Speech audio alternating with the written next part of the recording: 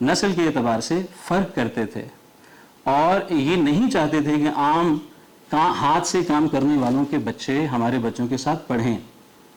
اب یہ غلط تھا، یہ صحیح تھا، میں یہ آپ پر چھوڑتا ہوں. لیکن جب ناولوں میں بھی یہ بات دہرائی جائے تو پھر ان ناولوں کو محض کرداروں کی حد تک ان کا تجزیہ کرنا شاید مناسب نہیں ہے. تو کس طرح کولونیلزم ہمارے ناولوں میں گندھا ہوا تھا اور جو اس دونوں کے مکالمے سے ایک انٹریکشن چل رہا تھا لوکل اسکرائبس کا، لکھنے والوں کا. اور یہ عجیب، یہ بھی ایک دلچسپ قصہ ہے کہ بیشتر لوگ کہیں نہ کہیں کبھی نہ کبھی سرکاری ملازم رہے ہیں. تو اس سرکاری ملازمت کا ان کی تحریروں سے اور خاص طور پر ڈائڈیکٹک تحریروں سے کیا رشتہ ہے، اس کا تجزیہ کرنے کی ضرورت ہے. تو یہی میں نے کوشش کی ہے. وہ کتاب کیا ہے وہ آپ خود دیکھ لیجئے گا اگر آپ مناسب سمجھیں یا نہ سمجھیں. تو باقی باتیں ظاہر ہوتی رہیں گی. محترم اساتذہ اور دوست احباب بیٹھے ہوئے ہیں، آپ سب نے سنا، آپ سب کا بہت شکریہ.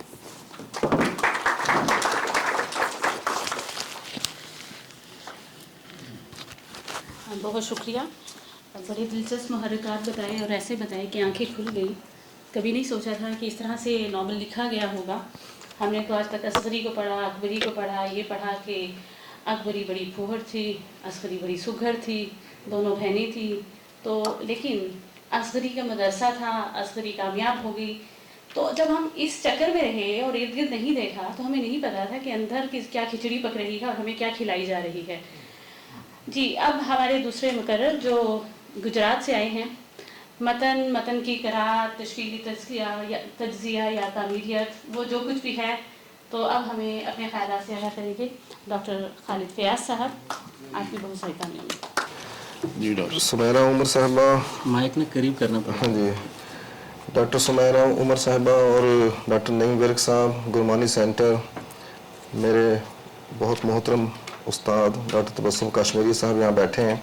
ان کے سامنے ویسے بھی بات کرتے ہوئے ہمیں بہت حجاب آتا ہے، لیکن انہیں کی اجازت سے یہ ڈاکٹر محمد نعیم ورک صاحب سے میرا تعلق 2005 یا 6 سے شاید ہے.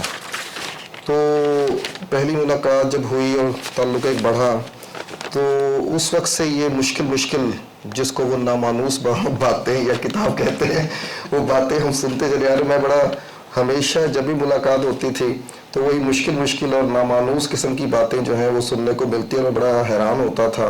ہر دفعہ جب ملاقات ہو، چاہے کوئی نیا آرٹیکل پڑھنے کو ملے، کوئی نہ کوئی نیا مفکر، کوئی نہ کوئی نیا ناول، اور خاص طور پر 19ویں صدی کے جو 31 سال ہیں اردو ناول کے، اور پھر 20ویں صدی شروع میں 20-25 سال کا جو دورانیہ ہے، اس کا میں سمجھتا ہوں کہ ہمارے اس وقت تنقید میں شاید کوئی ایسا ناقد نہیں جو ان 50 سالوں کے ناول پر اس قدر عبور رکھتا ہو.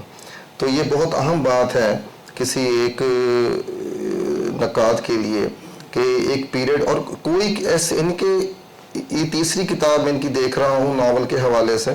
استعماریت، اردو ناول استعماریت پہلی کتاب تھی، پھر ثقافتی حوالے سے کتاب آئی اردو ناول، اب یہ تیسری کتاب. ہر بار اسی عہد کے ناولوں میں سے 10 12 15 20 نئے ایسے نام سننے کو ملتے ہیں جو ہم نے نہ کبھی کہیں سنے ہوتے ہیں نہ کہیں دیکھے ہوتے ہیں. تو یہ بذات خود ایک بہت اہم بات ہے میں سمجھتا ہوں.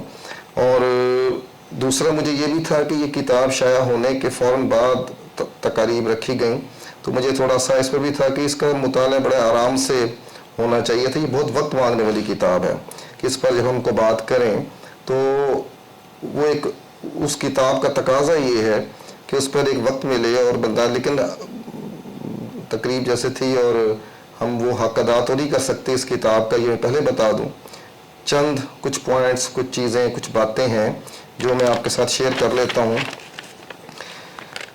یہ تو بنیادی وہی ڈسکورس کیا ہے، یہ جو کلامیہ یا نظریاتی ڈسکورس کیا ہوتا ہے، اس کے بارے میں تو خیر ہم کیا جانیں گے، محمد نعیم صاحب ہی زیادہ جانتے ہیں. اور کتاب کے اندر ان کا اگر پہلا وہ باب ہم پڑھیں، پہلا جو مضمون ہے، تو اچھا یہ بھی ایک ہے کہ یہ مضامین بھی ہیں اور ایک کتاب کے ابواب بھی ہیں.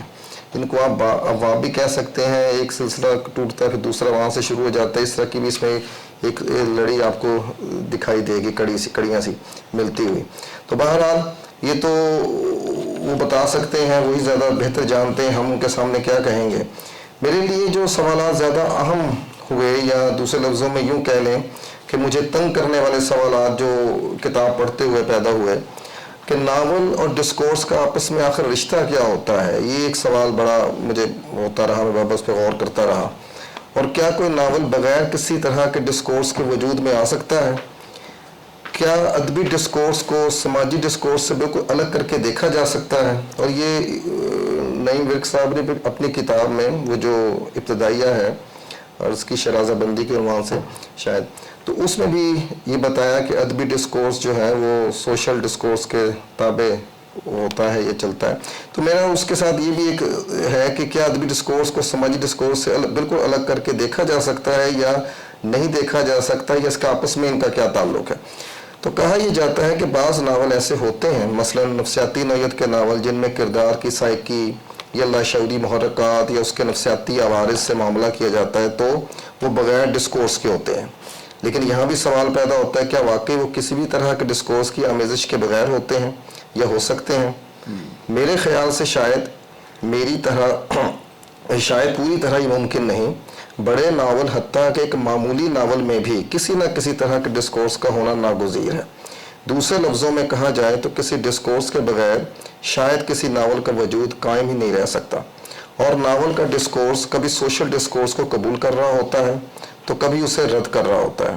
میرا اپنا خیال ہے کہ بڑا ناول وہ ہے جو سوشل ڈسکورس کو چیلنج کرتا ہوا اپنا ادبی ڈسکورس قائم کرے یا ناولائی ڈسکورس وضع کرے. لیکن یہاں پھر ایک سوال جنم لیتا ہے کہ یہ کیا ایسا ممکن ہے؟ کیا کوئی خالص ادبی یا ناولائی ڈسکورس ہو سکتا ہے؟ میں یہاں الجھ جاتا ہوں, کیونکہ میرے ناقص مطالعے اور فہم کے مطابق بالعموم اگر کوئی ناول کسی ایک سماجی ڈسکورس کو چیلنج کر بھی رہا ہو تو کسی دوسری سماجی ڈسکورس کو لامحالہ قبول کر رہا ہوتا ہے. یہاں یہ یاد رکھنا ضروری ہے کہ نظریاتی ڈسکورس محض سیاسی نہیں, سماجی اور ثقافتی پہلو بھی رکھتا ہے.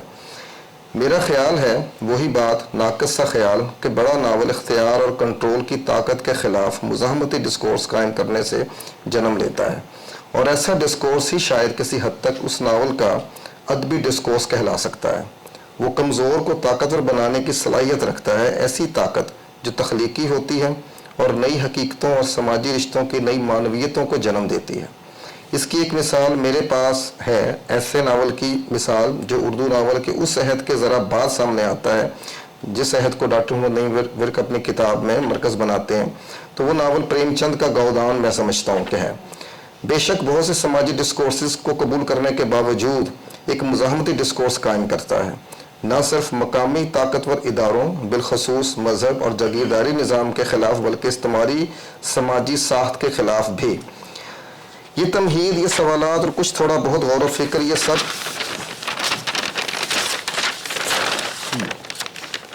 اسی کتاب کا مرہون منت ہے. ڈاکٹر محمد نعیم ورک کی اس کتاب اردو ناول یعنی کہ جو کلام اور اجتماعی تعمیرات جو ہم پڑھ رہے ہیں اس کا, میں نے اپنے تمہیدی کلمات کو اس لیے بڑھنے بھی دیا کہ ہمیں معلوم ہو سکے کہ یہ کتاب ہمیں فکری طور پر کس قدر متحرک کرنے کا مادہ رکھتی ہے, پے در پے سوالات کو جنم دینے کا اجارہ رکھتی ہے. کہیں اچنبھا ہوگا, کہیں اختلاف, کہیں اعتراض, مگر یہ سب ریاکشنز آپ کو فکری طور پر پیسو نہیں ایکٹیو کریں گے, بحث کو کہیں رکنے نہیں دیں گے, آگے سے آگے بڑھائیں گے. اور میرے خیال سے کسی تنقیدی کتاب کا یہ سب سے بڑا وصف ہوتا ہے. ڈاکٹر محمد نعیم کی یہ کتاب اصل میں ابتدائی اردو ناول کے گندے ہوئے کلونیل ڈسکورس کا تجزیہ کرتی ہے. اس کتاب سے ہمیں معلوم ہوتا ہے کہ ابتدائی اردو ناولوں میں کلونیل ڈسکورس کیسے اردو ناولوں میں داخل ہو کر یا سرایت کر کے ہندوستان کی نئی سماجی تشکیل میں حصہ لے رہا تھا. ہمیں معلوم ہوتا ہے کہ اس عہد کا ناول کیسے استعماری نظام کا جز بن کر طاقت کے بیانیے کو تعمیر کرتا ہے. ان ناولوں میں کہیں مقامی اور استعماری ڈسکورسز کے مابین کانفلکٹ بھی جنم لیتا ہے. ڈاکٹر محمد نعیم ورک اس کا بھی تجزیہ بڑی خوبی سے کرتے ہیں. ڈاکٹر محمد نعیم اگر ایک طرف مشل فوکو کے نظریات سے استفادہ کرتے ہیں تو دوسری طرف یرار یینٹ, ابھی اگر میں تلفظ کچھ میرا غلط ہو تو جیسے ادبی مفکرین کے ادبی تصورات سے فائدہ اٹھاتے بھی نظر آتے ہیں. یہی وجہ ہے کہ وہ محض سماجی، سیاسی، تاریخی اور ثقافتی طاقتوں اور بیانیوں کے فکری تجزیوں تک محدود نہیں رہتے، بلکہ وہ ان حوالوں سے اردو ناول کو جانچنے کا کام لیتے ہیں۔ وہ ناول کی داخلی ساخت، اس کے کرداروں اور مکالموں اور کلی اظہاراتی ساخت کا تجزیہ کرنے اور اس میں سرایت کیے ہوئے ڈسکورس کو آشکار کرنے میں کامیاب رہتے ہیں۔ اس کی ایک مثال ناول انوری بیگم ہے، جس میں انگریزوں کی معاشرت کو معیار بنانے کا کلامیہ بار پاتا ہے۔ یہاں محمد نعیم ورک دکھاتے ہیں کہ یہ ناول کیسے مروجہ مقامی بیانیے کو چیلنج کرتا ہوا یورپی کلامیہ کی جگہ پیدا کرتا ہے۔ متضاد سنویت کے ٹول کے استعمال کا سراغ محمد نعیم یہاں بھی لگاتے ہیں، مگر اس کی بہترین مثال ان کا دوسرا مضمون ابتدائی اردو ناول میں صنفی فکر اور ہم صنفی ماڈل ہے۔ اس مضمون میں تفصیل سے دکھایا گیا ہے کہ ابتدائی اردو ناول نے کیسے متضاد سنویت یا صنفی مخالف جوڑوں کے ذریعے تصورات کو سہل بنا کر پیش کرنے کا ڈھنگ اپنایا۔ ان کی یہ بات اہم ہے کہ 19ویں صدی کی صنفی فکر سے بننے والا کلامیہ نئے خیالات کی ترویج کے لیے پرانے خیالات سے اس کا تقابل کرتا ہے۔ اسی مضمون سے اس بحث کا آغاز ہوتا ہے کہ نسلی آئیڈیالوجی پر مبنی کلامیہ کیسے نظام تعلیم پر مبنی نئے کلامی میں تبدیل ہوتا ہے، اور اسی کے ساتھ اس بات کا تجزیہ بھی خوبی سے کیا جاتا ہے کہ نسلی فوقیت کا بیانیہ کیسے نئے کلامیہ کے ہوتے ہوئے بھی بین السطور چلتا رہتا ہے۔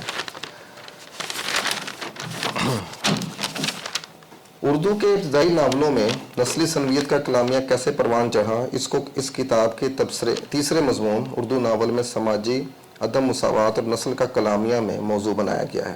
یہاں محمد نعیم نے تجزیہ کرتے ہوئے اس کا سراغ لگایا کہ اردو ناول کا تصور نسل مغرب کے تصور نسل سے کیسے مختلف ہے، اور اسی طرح سے دیگر ان کے جو آپ باقی مضامین دیکھیں تو مجھے چونکہ وقت کم تھا میرے پاس، یہ 3 مضامین جو کم سے کم آدھی کتاب پر مشتمل ہیں، تو بڑے خاصے کے میں سمجھتا ہوں کہ اس کتاب کو سمجھنے کے لیے یہ 3 مضامین پہلے، لیکن اس کے علاوہ وہ جو مینا بازار جو مذہبی تعبیر کی گئی تاریخ، میں کہتا ہوں وہ بھی بہت کمال مضمون لکھا گیا کہ کس طرح سے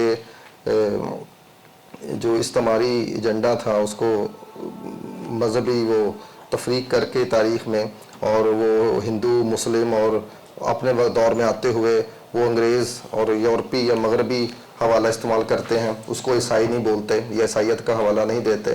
پھر کہ یہ مضامین، اور پھر نصاب کے حوالے سے بھی ان کا مضمون، اور ایک مضمون اور بھی وہ اچھا تحریک جو نسواں کے حوالے سے، تعلیم نسواں کے حوالے سے ان کے بیشتر مضامین میں وہ حوالے موجود ہیں کہ ہندوستان میں تعلیم نسواں کی کیا صورتحال رہی۔ کچھ تو انہوں نے وہاں تشریح کر بھی دی خود بھی کہ مرد ناول نگاروں کے ہاں اور عورت ناول نگار جو کہ انہوں نے ایک ہی ہمایوں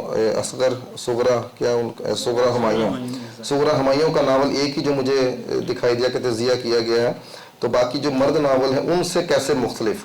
تو تعلیم نسواں کے حوالے سے وہ نظریہ، یعنی کہ ہم جنرلی یہ کہہ سکتے ہیں کہ یہ کتاب ہمیں بذات خود ایک ڈسکورس انالیسز ہے اردو ناولوں کا، لیکن یہ خود ایک نئے ڈسکورس کو جنم دے رہی ہے، اور تنقیدی ڈسکورس جو کہ اس پہ قائم ہونا چاہیے۔ اور میں سمجھتا ہوں کہ اس کتاب کی جو ابھی اٹھان ہے اور ابھی باتیں ہو رہی ہیں جیسے، تو آگے چل کر اس پر اور بھی مزید بحثیں ضرور ہوں گی۔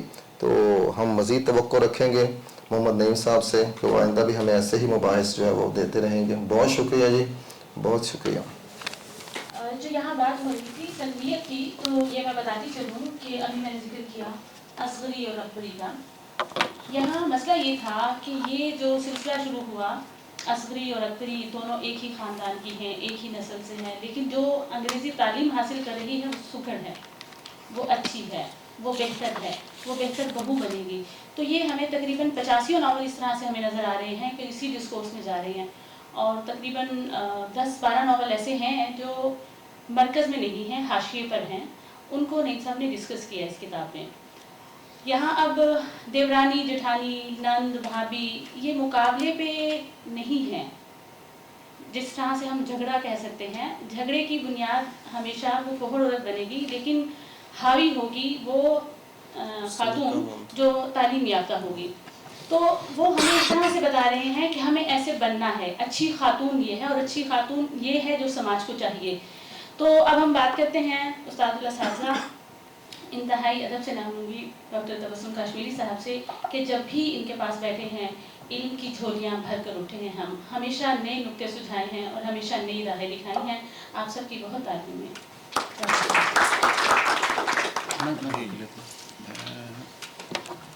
باتیں کہوں گا پھر یہ ایک میں نے مختصر سا یہ مضمون یا تبصرہ کچھ بھی آپ کہہ لیں لکھا تھا میں نے.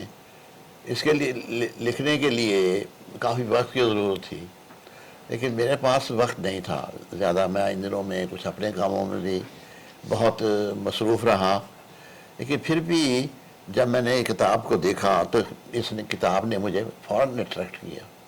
میں لکھنا نہیں چاہتا تھا وقت کے نہ ہونے کی وجہ سے. نہیں میں یہ اب چل جاؤں گا تو، لیکن پھر بھی بہرحال میں نے کچھ باتیں کی.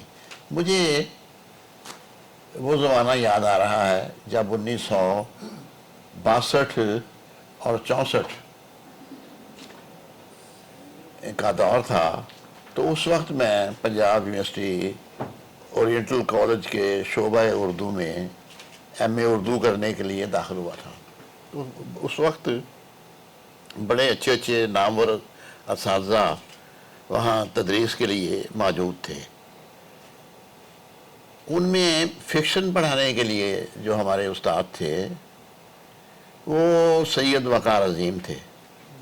اپنے زمانے میں بہت مشہور، بڑے اچھے اور بڑے پولائٹ قسم کے استاد تھے، اور پڑھانے میں بھی بڑی شفقت اور محبت سے پڑھاتے تھے، جو آج کل شاید نہیں ہے. میں یہ اس بات کا ذکر اس لیے ان کے حوالے نعیم کے حوالے سے کر رہا ہوں. وہ ہمیں فکشن پڑھاتے تھے. اس زمانے میں فکشن کو دیکھنے کا ایک خاص طریقہ تھا جو رائج تھا، اور وہ ایک روایتی تنقید کا طریقہ تھا. مثلا ہمیں اگر ناول پڑھانا ہے، پریم چند کا ناول گودان پڑھانا ہے یا کوئی اور ہے، تو یہ بتایا جاتا تھا کہ یہ جو ناول ہے اس کا خلاصہ کیا ہے، اس میں کہانی کیا بیان کی گئی ہے. یہ باتیں ہوتی تھیں. پھر جو دوسری بات تھی وہ کرداروں پہ آ جاتی تھی. ہمیں وہ کرداروں کے بارے میں پڑھاتے تھے. وہ بھی ایک بہت دلچسپ اور سیکھنے والی چیز ہوتی تھی. پھر کہ کیا یہ اس ناول کی جو ادبی قدر و قیمت ہے وہ کیا ہے، اس ناول کا اسلوب کیا ہے، اس قسم کی باتیں. اور اس کی بالخصوص اس کی تھیم پر زیادہ زور دیا جاتا تھا. تو اس دور میں واقعتاً ان کی باتیں مجھے بہت دلچسپ لگتی تھیں، اب بھی لگ رہی ہیں. لیکن وہ بہرحال اس دور کے مطابق جو پڑھایا جا رہا تھا، جو نقاد جس طرح سے ناول کو یا افسانے کو یا فکشن کو سمجھتے تھے، ان میں وہ بڑی ایک اعلیٰ درجے کی چیز سمجھی جاتی تھی. اس کے بعد وقار صاحب کی کتابیں بھی چھپیں، مشہور بھی ہوئیں، یونیورسٹیوں میں پڑھائی بھی جاتی رہیں، استاد ہم لوگ پڑھتے بھی رہے. زمانہ گزر گیا، آگے تو ناول کو دیکھنے کے ڈائمینشنز بھی بدلتی چلی گئی. ترکیب سندوں کا دور آیا، اس سے پہلے رومانٹک دور تھا. اس زمانے میں جس قسم کے ناول لکھے گئے، فکشن لکھی گئی، ترکیب سندوں نے جو کچھ لکھا، تو پھر ناول کو دیکھنے کا ایک اینگل بھی بدلتا چلا گیا. پھر ایک ترکیب سند رومانٹک ناول، ترکیب سند ناول آیا. پاکستان بننے کے بعد کچھ اور چیزیں بھی ناول میں پیدا ہوئیں. اب جب میں نعیم کی باتیں یہ سب باتیں سن رہا تھا جو انہوں نے نوآبادیاتی نظام کے بارے میں بالخصوص توجہ سے ہمیں کچھ باتیں بتائی ہیں، وہ بہت دلچسپ ہے. اس اینگل سے اردو ناول کو اپنی مکمل شکل و صورت کے ساتھ شاید پہلی بار دیکھا گیا ہے. اس لیے میں سمجھتا ہوں کہ میرے عزیز کی یہ بہت بڑی اچیومنٹ ہے، اور ہماری بھی اچیومنٹ ہے. اور جو کچھ بھی جس طرح سے انہوں نے محنت کی ہے، توجہ کی ہے، یہ بہت سر کھپا دینے والا محنت طلب کام ہوتا ہے جو ہم لوگ کرتے رہتے ہیں. تو جس ڈائمینشن پر اس وقت وہ آ گئے ہیں اس سے ابھی آگے چلنے کے بہت امکانات ہیں نا، بہت امکانات ہیں، اور جو کچھ اس وقت تک انہوں نے کیا وہ بہت قابل قدر ہے. میں اس کی بہت تعریف کرتا ہوں. کتاب ابھی تک میں نے سکون کے ساتھ نہیں پڑھی، لیکن جہاں جہاں بھی مجھے چیزوں کو دیکھنے کا، ہاتھ لگانے کا موقع ملا، میں ان سے یقینی طور پر متاثر ہوا ہوں، اور میں انہیں بہت اس کام کے مبارکباد پیش کرتا ہوں. اور ایسے کام روز روز نہیں ہوتے نا، ہمارے ہاں اردو میں ایسے کام روز روز نہیں ہوتے. وہ کبھی کبھار کوئی کلندر نکل آتا ہے اور کوئی نئی تھیوری لا کر ہمارے سامنے پیش کر دیتا ہے. میں انہیں بہت مبارک بات پیش کرتا. کچھ باتیں میں نے کہیں جہاں جہاں سے آپ مناسب سمجھیں تو کچھ اگر پڑھ دیں. میرے پاس میری اینک جو میں نے رکھی تھی اور جو میں اب بھی سمجھ رہا تھا کہ ہے وہ نکلی نہیں. معافی چاہتا ہوں. سر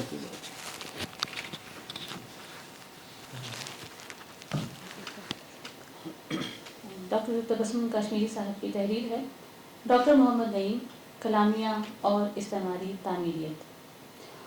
اردو تنقید کے جدید تصورات کو پڑھ کر مجھے یہ محسوس ہوتا رہا ہے کہ تنقید کی اس دنیا کا سفر تمام ہو چکا ہے اور اب ضرورت ایک نئے سفر کی ہے. پرانی تنقید کی بنیاد کلام کی خصوصیات، موضوعات تاریخ، سماج اور ثقافت کے انحراف پر تھی.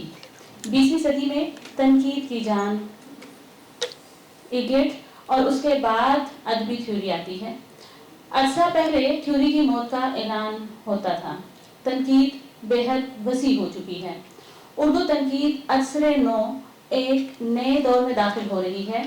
اس کی بقا نئے تصورات کی بقا پر ہے. تنقید ان حدود کو تلاش کر رہی ہے جن کو پہلے نقادوں نے تلاش کرنے کی زحمت گوارا نہیں کی تھی. یہ گروہی جماعتی تنقیدی فکر کی جگہ فرد کی انفرادی تنقید کی تخلیق کا زمانہ ہے. تاریخی نفسیاتی دور کے بعد دنیا میں نئی تنقید کا ظہور ہو چکا ہے یا ہو رہا ہے. اب تک اردو تنقید کا دائرہ شاعری کے گرد گھومتا تھا اور اب زیادہ تر توجہ فکشن پر مرکوز ہوئی ہے. یورپ میں فکشن کا رجحان بہت نمایاں ہے. ہمارے ہاں شاعری کا جو روپ تھا وہ یورپ میں بھی تھا، وہ نرودا کے بعد کم پڑ گیا ہے. سوال یہ بھی ہے کہ کیا آج یورپ میں کوئی بڑا شاعر نظر آتا ہے؟ اب ایسا نہیں ہے. انگریزی میں پاؤنڈ اور ایلیٹ اور ہسپانوی زبان میں لورکا اور نیرودا کے بعد شاعری کا بازار سرد ہے. نئی کی فکشن کی تنقید صرف اردو تک محدود نہیں ہے، وہ ہندوستان اور پاکستان کی مقامی زبانوں پر بھی نظر رکھے ہوئے ہے. یہ ایک اچھی تبدیلی ہے. ایک ہی میجر زبان کی فکشن پر بات کرنے کے علاوہ اپنی سوسائٹی کے وسیع تر زاویے سامنے لائے جا رہے ہیں. اس عمل سے بالآخر خود اردو زبان رچ ہو سکے گی. اس کی محدود دنیا کا افق وسیع ہو سکے گا. نئی نے زمینی حوالوں سے فکشن کو سامنے لانے کی نئی سعی کی ہے. نئی کی تنقید کا بنیادی مرکز ماضی کی تاریخ کا جغرافیہ، شہری مقامات کی گھریلو زندگی، رسومات اور شہری کلچر ہے. ایسا نہیں ہے کہ پہلے ان موضوعات پر کام نہیں ہوا ہے. 19ویں صدی کی فکشن موجود ہے، مگر اب تبدیلی یہ ہے کہ ماضی کے کلچر کو جغرافیائی حوالوں سے پرکھنے کی سعی کی جا رہی ہے. اس سلسلے میں اس نے فکشن کی 5 مثالیں دی ہیں، جن میں تارک کا ناول بہاؤ، دھرتی کی قدیم دنیا کی بازیاب، وادی سندھ کی تہذیبی آثار کی زندگی کا یہ سفر بے مثال ہے. اس دور کی تاریخ کو تلاش کرنے میں بہت محنت کی گئی ہے. اس دور کی تہذیب اور موسمی تبدیلیوں کو جس وژن سے دیکھا ہے وہ بہت معنی خیز ہے. تنقید کا مروجہ روایتی نظام تنقید کو چیلنج کرتے ہوئے ایک نئے تنقیدی طریق کی سمت آگے بڑھ کر ایک اور نئے تخلیقی نظام کو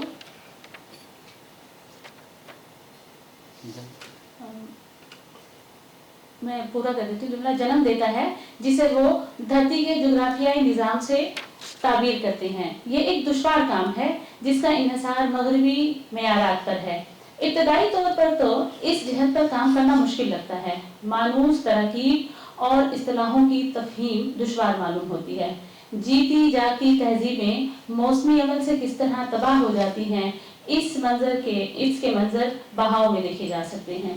قابل ذکر بات یہ ہے کہ ہماری تنقید نے ماضی کی عظمت کو دیکھنے کی زحمت گوارا نہیں کی ہے۔ اس مقام پر میں ایک سوال اٹھاؤں گا کہ ہماری تنقید نے ماضی کی عظمت کو دیکھنے کی زحمت گوارا نہیں کی ہے، آخر کیوں؟ کیا ہمارے نقادوں کا ماضی کی دنیا سے کوئی تعلق نہیں ہے؟ کیا وہ خود کو حال، ماضی قریب اور بعید کا حصہ نہیں سمجھتے ہیں؟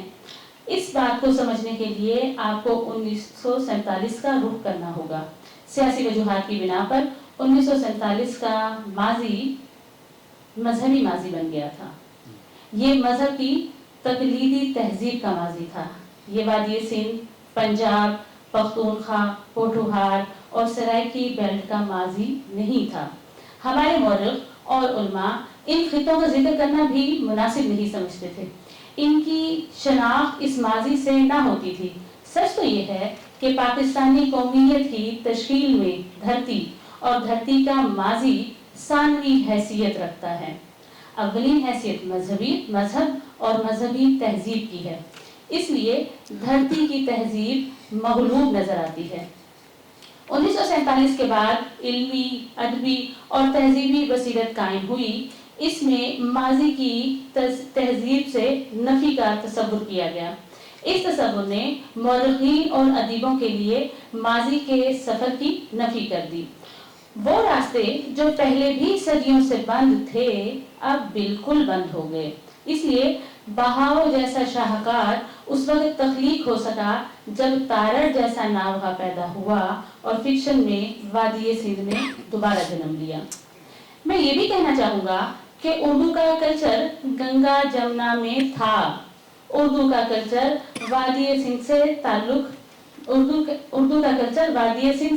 نہ تھا، اس لیے یہ کلچر اردو ادب کا حصہ نہ بن سکا۔ اردو میں وادی سندھ کی دھرتی کا تو کوئی تجربہ موجود نہ تھا، لہٰذا ماضی کی بازیافتہ تصور بھی نہ تھا۔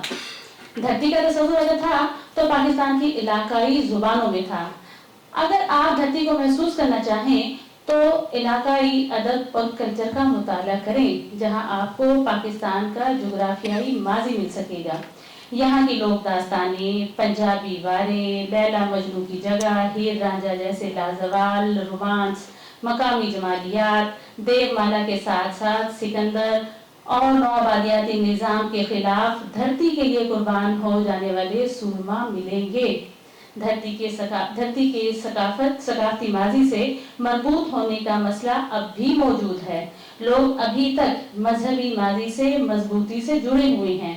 جب تک دھرتی کے ماضی کی بازیافت نہ ہو سکے گی، اس وقت تک سب کچھ خاموش رہے گا۔ اب ذرا یہ دیکھتے چلیے کہ نعیم نے اپنے لیے وضع کردہ تنقیدی نظام کی بنیاد کس تھیوری پر قائم کی ہے۔ میرا خیال ہے کہ اس کی ذہنی ادبی اساس ادب کے جمالیاتی تصورات، داخلیت، بصیرت پر مستحکم نہیں ہے۔ اس کے تنقیدی نظام کی بنیاد میں تھیوری اور مابعد تھیوری کے تنقیدی طریق کا بہت گہرا اثر ہے۔ گزشتہ 15 برس سے ڈاکٹریٹ کا مقالہ لکھنے کے دوران میں اس کی توجہ کا مرکز استعماری ادب بن گیا تھا۔ یہ تصور بدستور اس کے ساتھ ساتھ چل رہا ہے۔ تنقیدی سفر کے آغاز میں وہ سماجی علوم، تاریخ اور اس کے بعد ثقافتی اور پھر کلامیاتی منہاج سے ادبی تعبیرات کے سلسلے میں کام کرتا رہا ہے۔ اس کی تنقید کا یہ تصور قابل ذکر ہے کہ اردو کی ادبی استناد کا عمومی کلامیہ اپنی تاریخی اور جغرافیائی حدود سے تنقیدی شناسائی اور تجزیاتی معاملہ کرنے میں کم ہی آمادہ ہوتا ہے۔ یہ کتاب تنقیدی خود کلامی نہیں ہے، نہ یہ ان بہترین متون کا قصیدہ ہے جس سے وہ متاثر ہوا۔ یہ ادبی تعبیر و توضیح کے مختلف طریقوں کا مرکب ہے جن میں ادبی تخلیق اور سماجی مسائل کو سمجھنے اور واضح کرنے کی کوشش ملے گی۔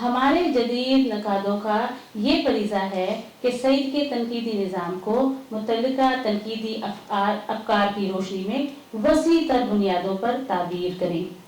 کچھ باتیں ایسی ہیں جن کا تعلق ادب سے ہے۔ ادب کیا ہے؟ ادب کی تھیوری کیا ہے؟ اس کے بارے میں 21ویں صدی میں کچھ کہنے کی ضرورت محسوس نہیں ہوتی۔ یہ بات آرٹ کی تعبیر جیسی ہے۔ اگر میں ایک صفحے پر لکھے ہوئے لفظوں کو ادب کہوں اور دوسرے صفحے پر لکھے ہوئے الفاظ کو سوشیالوجی یا اقتصادیات یا تاریخ کا نام دوں تو یہ تینوں علوم متن میں ڈھل کر جداگانہ معنویت رکھتے ہیں اور بالآخر ان کی اپنی معنویت کا دائرہ کار واضح طور پر نظر آنے لگتا ہے۔ اس مقام پر میرے ذہن میں ایک سوال پیدا ہوتا ہے۔ سوال یہ ہے کہ سوشیالوجی، اقتصادیات اور تاریخ کیا ادب نہیں ہو سکتے؟ اور کیا ادب کو اقتصادیات وغیرہ نہیں کہا جا سکتا؟ مسئلے کا حل یہ ہے کہ یہ چاروں چیزیں اپنے اپنے طور پر جداگانہ تھیوری کی حامل ہیں۔ اس بیانیے کے آخر میں اب میں یہ سوال اٹھاؤں گا کہ کیا ادب اولین اور آخری حیثیت کے اعتبار سے ادب ہی رہے گا یا ادب سوشیالوجی، اقتصادیات، تاریخ یا بشریات بھی ہو سکتا ہے؟ ادب میں یہ علوم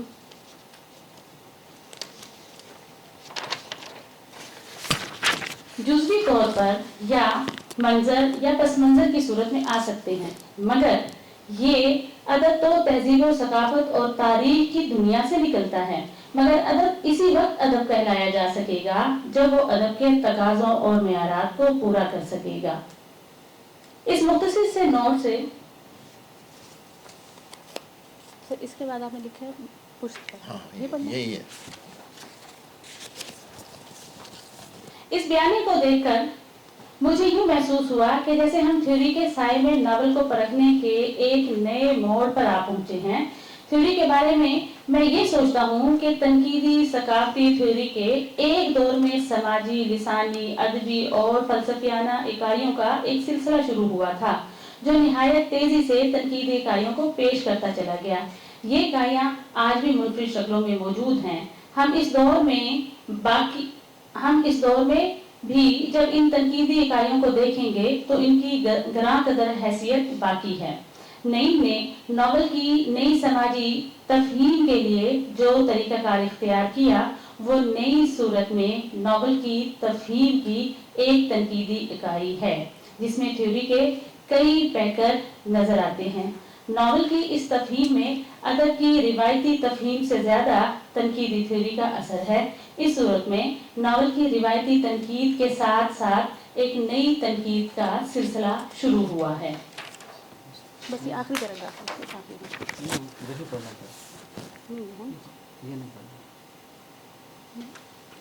یہی ہے ٹھیک ہے، بس یہ نہیں پڑھنا، چھوڑ دیں۔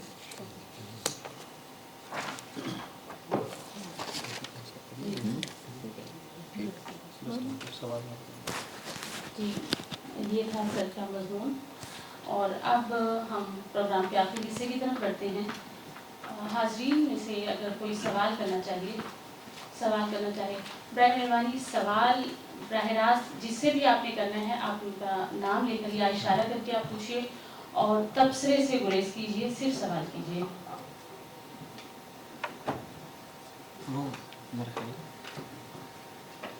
آپ بیٹھے ہو کر رہے ہیں